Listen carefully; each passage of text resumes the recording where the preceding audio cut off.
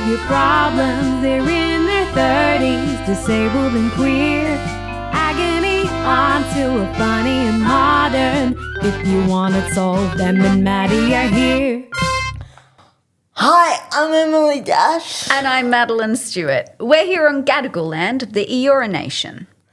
And as always, we are here to solve your problems. That's right. Thank you, everybody, for sending in their problems, their queries, their questions. If you want to send in your question to us, you can contact us on Instagram, or you can send us an email at emmamaddysolveyourproblems@gmail.com. How else can they see us, Em? Well, you can come and see us at the live shows in Adelaide. That's going to be so much fun. That's in March, isn't it? Yeah, it is. We should start a countdown. We totally should. And you should start one too. Come over and see us. It'll be great. But so many people have sent in their questions. It's really fun. I love that. I love reading everybody's questions. And thank you. And we'll get around to your question in due time. So stay tuned. Yes. Shall we start? What's been on your mind, Em? What's been on my mind, Maddie, is that, it's like auditioning season, right? Mm-hmm. And so people are getting new headshots and things. And I can't take a photo to save my life. I can't smile on cue, right? So whenever I take a photo, I'm like, am I doing it right? You look quite strained. Yeah. Yeah. It just doesn't work. The way that I get around it is that my headshots are not actually professional headshots. They're just photos that happen to be nice photos of me that fit the confines of a headshot. The first headshot I had it for like 10 years or something, and only just got a new one. So my headshot actually looks like I'm like 25 when I'm actually 34. Oh my gosh. Wow. I have a similar problem. I really struggle with headshots. I never know quite what to do. Like, I feel like I'm fine in a normal group photo, but then when I get my headshots back, I'm like, who is this robot pretending to be a human? Like, it doesn't feel like me. Yeah. Also, having said that, I don't think I'm good at any sort of photo where I'm not ready for it. Like, I look horrid. Like, we took a great photo with someone who came to our show, Amy, in Kiama. Hi, Amy from Wollongong, who took a photo with us. And I kind of I think I had like a little slip, when you like lose your balance. And my face is just like, like it's a really awful face. And I've noticed that is a face I pull in a lot of not ready photos. You know what I mean? No, like, it's I unflattering. My mom, every time she takes a photo of me, she's like, say cheese. And I think that ruins work. it. No, don't do it. Do a posh spy. Start pouting. Hi, Mum. Stop making us smile in photos, man. This is horrible. Yeah, no, I totally feel your anxiety. I need a Valium before I have my headshots taken. And I feel weird about it. What have you got on your mind, Maddie? Emily, I have a fear of public transport. I think it's starting to grow. Like, no one likes public transport. They're gross, they're yucky, they're grimy. And there's always someone, especially on a train, playing music far too loudly. Yes. But I heard a horror story. Would you like to hear it? I would like to hear your horror story. Oh. But also first, is there a word for the fear of public transport? I have no idea. There I think must be a word for that. it must just be just a human instinct. It's gross there. Like, who actually likes public transport? Nobody. What is your weird story? Yes. So I know someone who caught a train down in Wollongong, and of course it's down Wollongong way. For those of you who are interstate listening, Wollongong's kind of like the Geelong of Sydney. It's south of Sydney. It's coastal. It's kind of like a university town, but also a little bit Darrow. And I can say that because I'm from Campbelltown. I know it when I see it. It's Campbelltown by the sea, Wollongong. But we love you. Thank you. But anyway, this guy was catching a train and he fell asleep. We've all done it. I mean, I haven't, but a lot of people have fallen asleep on trains. And he woke up to this horrible pain someone had cut his finger off on this train. He just woke up to this rando who'd cut his finger off on the train. Now I have an absolutely wild fear of losing fingers, toes, whatever, on a train. Well, you don't. You have less than most people to I go know, around. my so precious little fingers. I understand that. Yeah. Maddie. I Who don't- just cut someone's fingers off? I don't know. And why? Those of you in Wollongong, don't go on the train too long. Don't Travel fall with a buddy. asleep. Don't fall asleep in Wollongong. No, but it's wild, isn't it? That's wild. But did he do anything about it? I don't know. No. I don't know. I mean, assumingly so. That's a crime that has been committed. You but would. wild. Yes. Wow. So take care of your fingers. Like, I avoid ice skating because I don't want to lose a finger. And now clearly I need to avoid catching trains in the Wollongong area. So, yeah. Yes. The perils of being disabled. Ugh, we just got to be on guard. We thought that the only problem with public transport was that it's not accessible enough. Now we have to worry about losing a finger. Yes. Oh my gosh, the problems. They're just piling on. I'll just stay at home. Should we go to a question? Yes, I'd love that, Em. Hi, Josh. Hello, how are you? How are you, Josh? I'm very well. We never ask you how you are.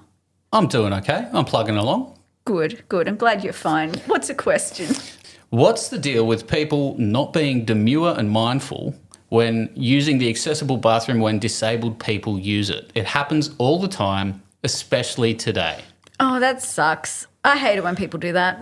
When people use accessible parking spaces and toilets and things like that, I go, really? Would you like to have my disability as well? Like, Yeah, if you're going to claim these benefits, you should experience disability. Like, you should be disabled. and they're not actually that great benefits, friends. I mean, yeah. Yeah, like it's really. Can't you go and find your own toilet, the one that's actually made for you? What I love though is people that use it, come out of the toilet, see a disabled person, and immediately start limping.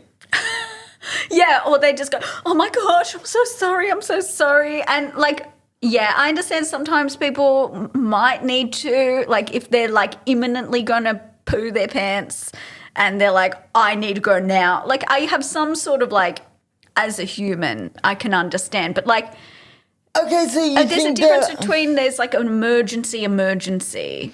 but you think there are exceptions.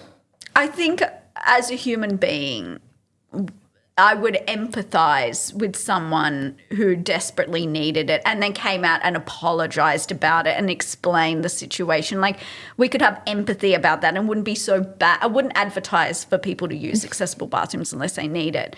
But, like, there are certain circumstances where I'm like, do you know what? That Yeah. kind of makes sense. Like, I can't be mad at that. You never know. I mean, doing coke in the bathroom is probably not a good excuse. That's true. Or storing. I've been in accessible bathrooms where, like, people store equipment and things. Oh, it's yeah. not like a storage room. As when I was working for Sydney Fringe, I had to look at all these venues and do venue audits, and the amount of places that were like, oh yeah, we have accessible bathrooms, and I'd go in there and half of their restaurant were just stored in there, like tables, chairs, ramps, everything, and I'd be like, what is this?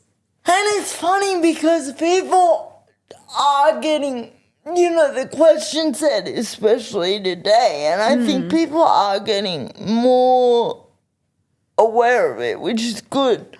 I was in a shop the other day and it didn't have a ramp, and it was fine because I just sent my support worker in to get whatever I needed. But the man was like, oh my God, I'm so sorry, and was giving all my support worker like all these different stories about why they didn't have a ramp. And my support worker's going like, dude, like, I get it. Sometimes it happens, but Yeah. the more you make a big deal of it, the more, like, I don't know. Yeah, you're making the scene. And if I feel like if they're really that sorry, they should give you a discount, hey, from Yes, the shop. You should give me staff discount. absolutely. If you're really sorry, give it to me for free. Yeah. I love that. I sometimes worry that I don't look disabled enough and that people are going to verbally abuse me, because it's happened before. People have seen me in my car using an accessible parking spot. I know you may question why I need it, but my doctor says it's okay. I've got the pass. They're hard to get, so don't judge me for having it. But you don't have it, like, you only have one arm. Yes, I have my particular reasons why I have a pass. And I understand that I'm not like a wheelchair user. So sometimes people get really confused. They see me at the shop, I get out of the car, and like well-meaning people, or I'm using quotations, well-meaning people will be like, hey, this is an accessible parking spot. You can't park here. And I'll be like, I have one up. And then I'll be like, oh, I'm sorry. But like, yeah, I get that they're trying to keep the spot free, and we appreciate people being alert for people. But if I've got the permit in my window, like, just don't approach me. There's a line between, I think, allyship and, like, just getting involved where you to make yourself feel good. Yeah, I don't know. there's so many things we could talk about this. But to our person who's written in, keep slugging along. It's slowly getting better, I hope. Don't you think? It is. You've got to have a sense of humour about it. Yeah, we're all in this together. We're all frustrated at those people who are using the spots and the bathrooms when they we feel shouldn't. you. So, yeah, we feel you. Next question. Next question. Help. I think I'm turning into a Disney adult. How much Disney is too much Disney for an adult to watch? Oh, my gosh. Wow. Disney adults. Well, it's interesting because I love Disney and I want to, share it with the next generation and all this kind of thing. But I think actual Disney adults who, like, it's their whole identity, that's a whole different subculture. Yeah. Now, as usual, we're not here to yuck anyone's yum. If you're loving Disney and you're one of those people who go to the Disney World every single year, you go to all the parks, we're not here to judge. Whatever makes you feel happy in life, go for it. Yeah, no, 100%. I find it really interesting, those Disney adults, because I think if we're talking about the line between just being a Disney fan and being a Disney adult, I think there's a very clear line for me personally. What do you think is the line, I think Maddie? it's the people who either, one, decorate their entire house Disney, or two, like they go to the parks really early and they're like the first person in, and then they're like the last person out, and they try and stay in the parks. You know those people who go to Disney World and they're like, I know it's closed, but I'm going to see if I can stay. And they get like kicked out, and they get like a rush from being kicked out. But I don't think that you should feel bad about turning into a Disney adult. I think there's much worse things that you can turn into nowadays. Yes. Disney adult is not one of the more worrying things. And, like, there might be something around, like, reclaiming your childhood and finding innocent joy in all these. Yeah, we love the innocent joy. Also, the songs are catchy, aren't they, Em?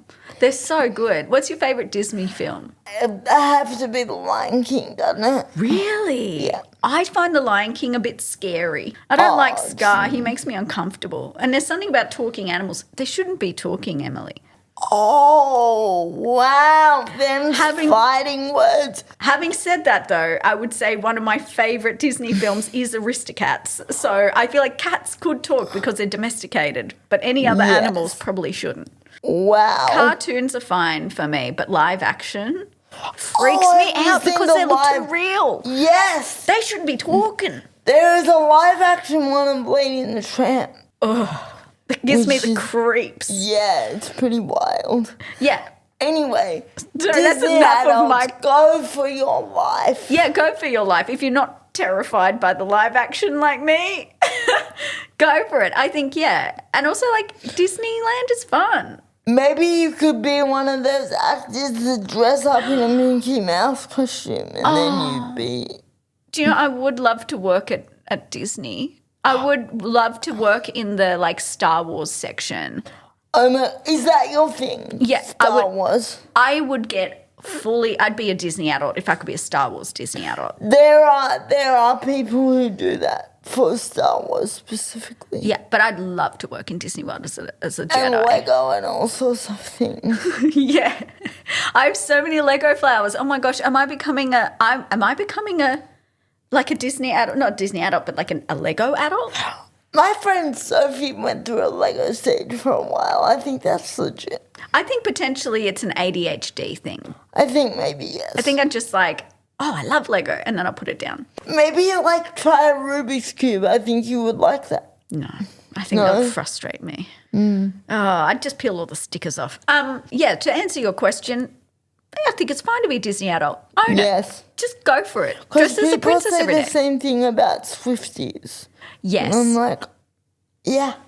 I think as long as you're respectful and you don't Be like just ramming it. yourself. Yeah, be yourself. Yeah, I love you and your Swiftiness. Well, that's lucky. Josh, can we have another question? You sure can. Okay, here's one. We need some practical advice on this one. I'm fucking excellent. More people need to know about it, but talking yourself up is seen as bad. How can I back myself without being such an arrogant asshole? Oh, wow. Well, we're both also fucking awesome. Get yourself a podcast. Yeah, own it. Declare it. I think we're, Make the world listen to you. Yes, exactly. I think that Australia's tall poppy thing is so silly. Like, let people thrive. Be proud of your growth, you know? But when someone says, I'm fucking excellent, how are they measuring that? I'm so interested. Yes. What makes someone fucking excellent, Emily? Or know that they're fucking excellent. The good thing is, if you ever worry that you're a narcissist, probably means you're not a narcissist. Well, I hope so, because I worry that I'm a narcissist. But then I think, I'm like, mate, what if I'm a narcissist who thinks this, but I'm such a narcissist that I don't think I'm a narcissist? Like, what? I just go through like a little spiral there. I'm like, what if I'm such a good narcissist? I've convinced myself I'm not a narcissist, and it's part of my narcissistic ploy. Oh, wow. Wow. Do you go there, Em? Is that too deep? Never say I have, but you are just about the furthest thing from a narcissist Good. I've I'm glad ever met in my life. I'll let you know if you show any narcissistic traits as well. You haven't yet. Please do. I'll try and work on that. But to answer your question, I think we shouldn't be ashamed of being proud of ourselves. Like, if we've actually done hard work, for instance, if you've graduated a degree, if you've achieved a goal at work, hell, even if you've ticked off all your to-do list for the day and you're really proud of yourself, we need to treat ourselves, little treats. The thing that I would say is, like, if you know you're fucking excellent, you're already ahead of the curve. Yeah. Because a lot of people struggle with their self-worth and things. I would say, like, you don't have to get other people's validation for that. Just, like, celebrate yourself. I love that. I think, there's no shame in celebrating yourself. 100%. So, yeah, go for it. Josh, do we have another question? Yeah, we do have another question. What's the strangest place you've done it? Maddie. I love that you assume strange places we've done it. I'm not very adventurous. I've done it geographically, the Austrian Alps. That was nice. Wow. In a little cabin in the Austrian In a Alps. little holiday cabin. Yeah. I don't think it wasn't outside. I've heard of someone shagging on top of a bus stop shelter. On top of the bus stop shelter, on the roof of the bus stop shelter. That's what I've heard. I heard someone wasn't- try and call their child number 47 bus shelter because that's where they did it. What? Actually. They tried to call their child 47. You for sure need to look that up. It's an actual thing that happened. Oh my God, you've even made Josh crack up. It is an actual thing that happened. Oh my gosh, sorry, I just have to calm down. That's it. What? Okay. I don't think they were like allowed to do that. Like No. I think a judge ruled against that, but they tried to call. Yeah. That's hilarious. That's hilarious. But yeah, no, the wildest place wasn't even any wild for me. It was in Austria. I mean, if that counts as anything. Yes. I think anywhere that's not a bed is pretty wild. Whoa. Yeah. Yeah, a bed can do wonders for these kinds of things. I think so. Yeah, I think if people are asking us where the wildest place we've shagged is, just to get some ideas to spice things up, where would you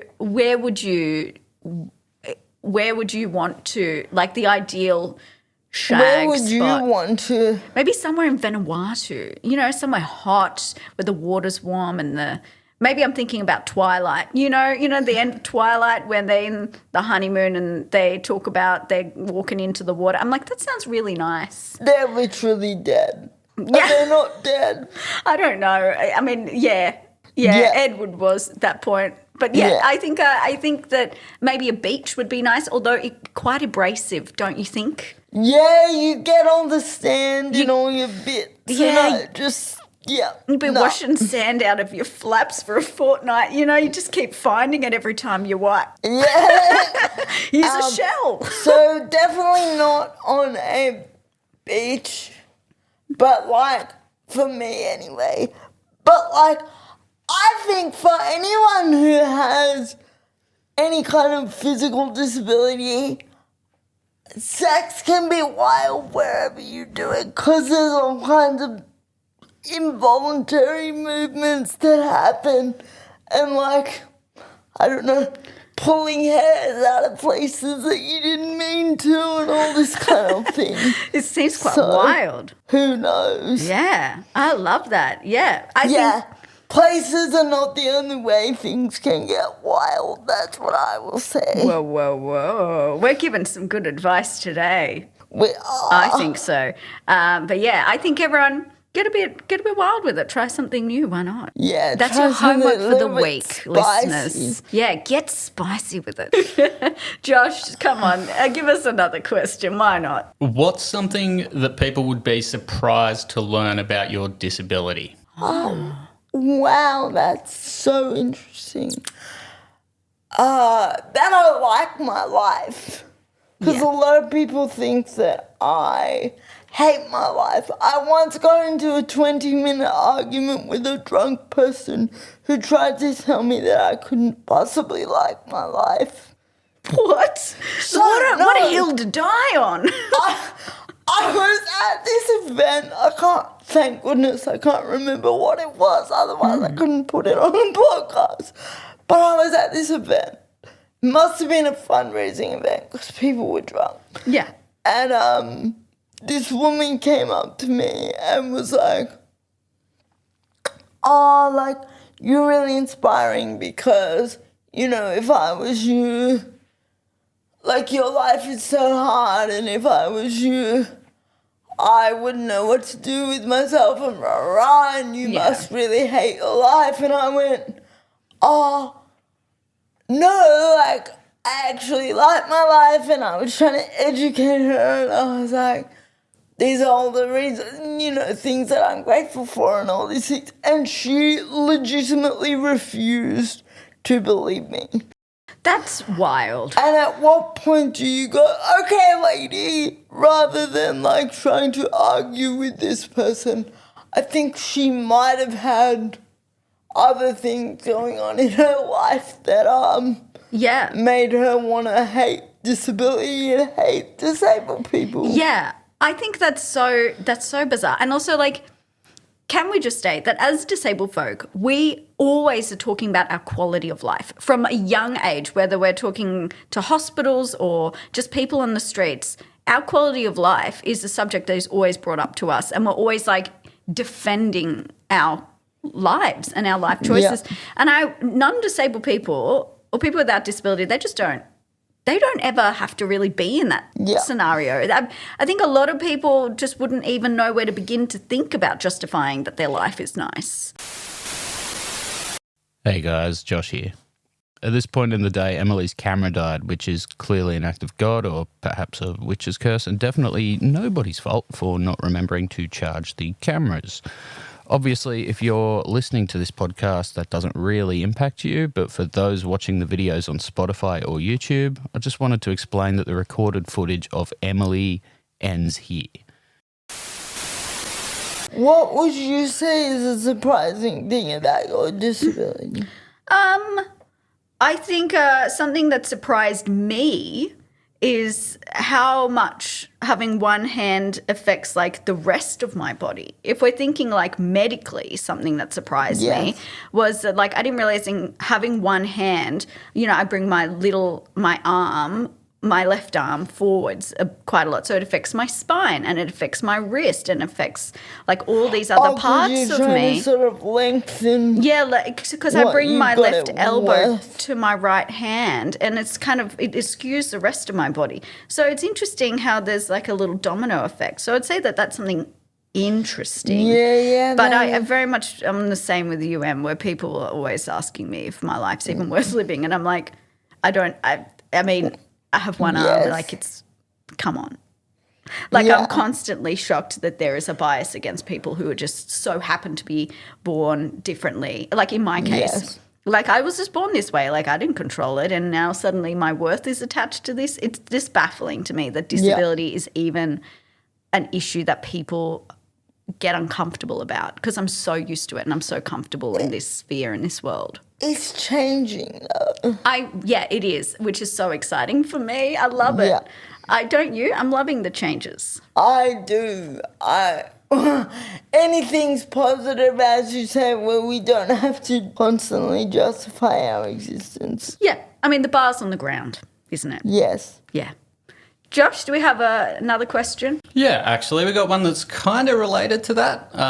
Probably not the most applicable question to you guys, but a question nonetheless. We'll take it on. I never know what to say when someone says you don't look disabled. What can I say? It depends. Like, there's a whole lot of rude things you can say. I would say, you don't look like a bigot, but here we are, Exactly. Or you can take the high road and you can explain to them, well, not all disabilities are visible, etc. It's apparently 90% of people with disability have invisible disability. Which you're also included. Yeah, I have ADHD. Mm-hmm. And I find that really interesting that it's like a huge amount. So you can't just look at people and determine if they're disabled or not. We're everywhere. And I think sometimes that even if you have physical disability and some other kind of invisible disability, I think people always just assume that the other things, like the physical disability is so much worse than other things that you struggle with, and it's just not true. It's not true. As someone who is both, I would say that I'm more often disabled by my invisible disability, my ADHD. It disables me in different ways and it is quite overwhelming. So, when I have one hand and I can't do something, it's quite practical. They're practical issues and like people can help me open jars and they're happy to do so. But like if I have ADHD and I say, I'm sorry, I need to reread this 3 or 4 times to understand it, there's much less sympathy. Or like understanding, really. I'm not looking for sympathy. You know what I mean? Yeah. No, I do know what you mean. Yeah, it's a weird double standard. Yeah, so I think it's about being conscious of the spoons that you have as to how much you want to educate people and what you want to say, but always look after yourself. Yeah. And people can get fucked with their bigoted. Exactly. Get fucked with your bigoted opinions. That's our official statement for you. Em and Maddie have spoken. We have spoken. Great. Josh.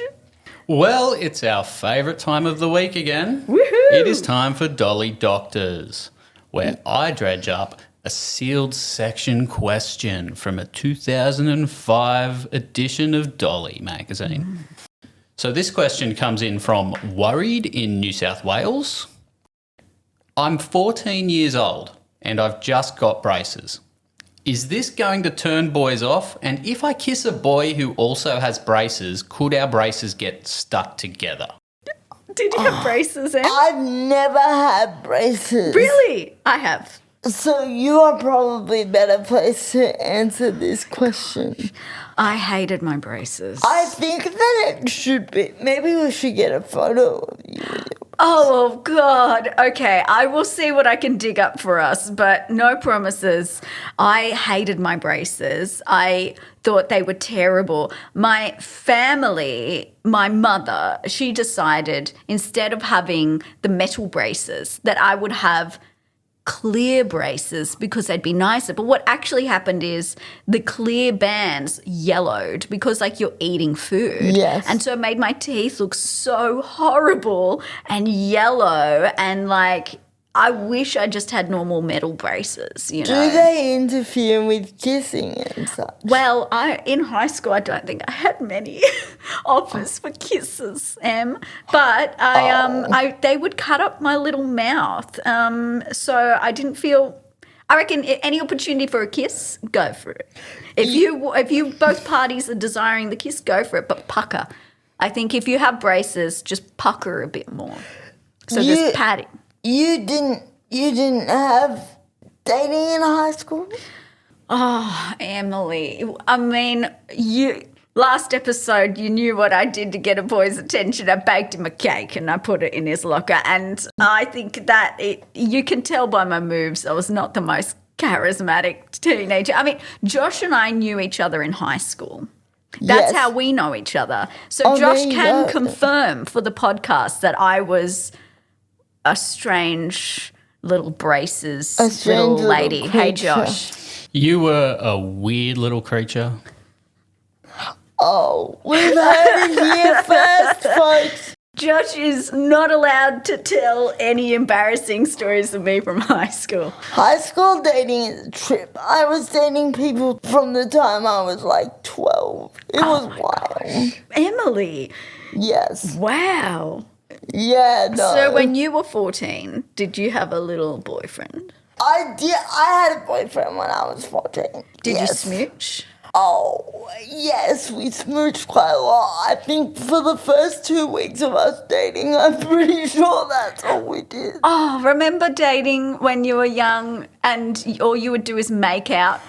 Oh, All you'd do is make out. You'd go to their house and you'd make out and then you'd leave and be like, bye now, see you at school. Basically, yes. I think that's what we assumed dating was. It was Yeah. all very sweet and don't- innocent. Yeah, I think I had little boyfriends in school that lasted like a week where you'd be like, you're my boyfriend. Then we'd go to the cinema, make out, and then next week at school be like, you dumped, you know. Yes. And it would all be very dramatic. Yeah, everyone's talking about who you've got a crush on. But yeah, our advice to all braces wearing people, pucker.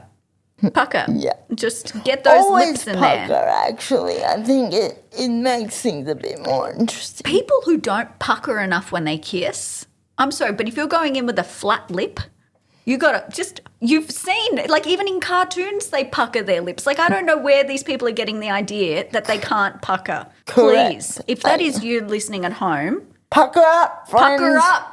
pucker up, buttercup, as they say. Cute. But yeah, that's our advice. Oh, I'm getting silly now. Oh, we always do. We always do. All right. Mark of a good podcast. I have one last question Yeah. before we move on. When was your first kiss? I will tell this story. My first kiss was in front of the entire 7th grade. How did this happen? Well, I think we were just a bit wild and free, and we just were like, okay. Mwah. So, Oh my but it gosh. wasn't just like that. It was like a full-on passion. Oh my God, Em. Did This we is like get in a movie. detention? I can't remember if we got detention for For that or not. kissing. The teachers were a bit mortified. Ableists. Yes. I would say that. Yeah, so that's the story of my first kiss. I kissed. My first kiss was one of my brother's friends called Ricky. Hi, Ricky, if you're listening. Thanks It's for the been- kiss. It's been 20 years since my first kiss, so, I think all's well that ends well or something. Yeah. I think it's fine. I love a good kiss story. Yes. Anyway, great. I love that. I love that you kissed people in front of your whole grade. That's I did. insane, Em. I'm learning so much I about had no you. shame. I had no shame at all. Yeah, I think still to this day, you'd kiss people in front of your whole seventh year. I probably think that it would be weird if I kissed in front of a whole bunch of, 14-year-olds now. Yeah, That I mean would be now, odd. yeah, but I meant like school reunion. Yeah. Oh, you could not pay me to go to my school reunion. Oh, I didn't go. I'm not going to that. Never. I don't want to ever. see those people ever again, except for Josh, obviously. We like Josh. We like him. He's a good friend. But other than that, the rest of them, nah. Bye. See ya. All right. Josh, I think we're up to our final question of the podcast. We are, and it is a juicy one. What's your advice for a disabled person who is also coming out as queer? Yes. So Wow. there is Yeah, a lot to double unpack. whammy. Congratulations for coming out queer. Welcome to the club. Yes, it's a great club. Yeah, there's excellent members. You're going to love it. Lots of actual people, actually. I always think that there are lots of queer disabled people because we're already different, right? So what's another different? Yeah, we're more open to trying things, I feel. Correct. We're a bit more lenient. We're a bit less stuck in the rigid little shapes of society. We're like, yeah, let's play around. Let's explore things. Yeah. I've always thought that anyway. Coming out is such a thing, isn't it? Like I never came out. I just didn't feel No, I the didn't need to either. do it. It just kind of, it was just kind of accepted. Yeah, yeah. I feel like it's up to you how you would like to come out, and who you want to tell and how. I just started telling my family that I was queer, and they sort of went, okay.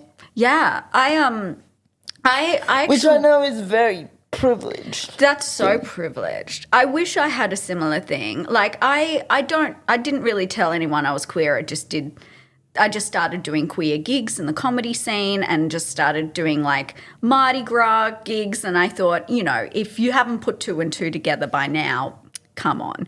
Like it's pretty obvious. And also in our theme song, we have disabled and queer in our theme song. Yes. Em. So if anyone has any sort of, muddiness around that, I think it's cleared up. It's clear now. But I've never really felt the need to like come out to anyone. I think it's because actually when I told my mum that I was bisexual, it was actually in a bit of an argument. I was dating someone at the time who was bisexual and I just mentioned it. And then my mum said some As in a same-sex person? Or? no, they were they identified as a human man and they were bisexual and they said that to me and I was like, okay, like it's not a big deal, so am I.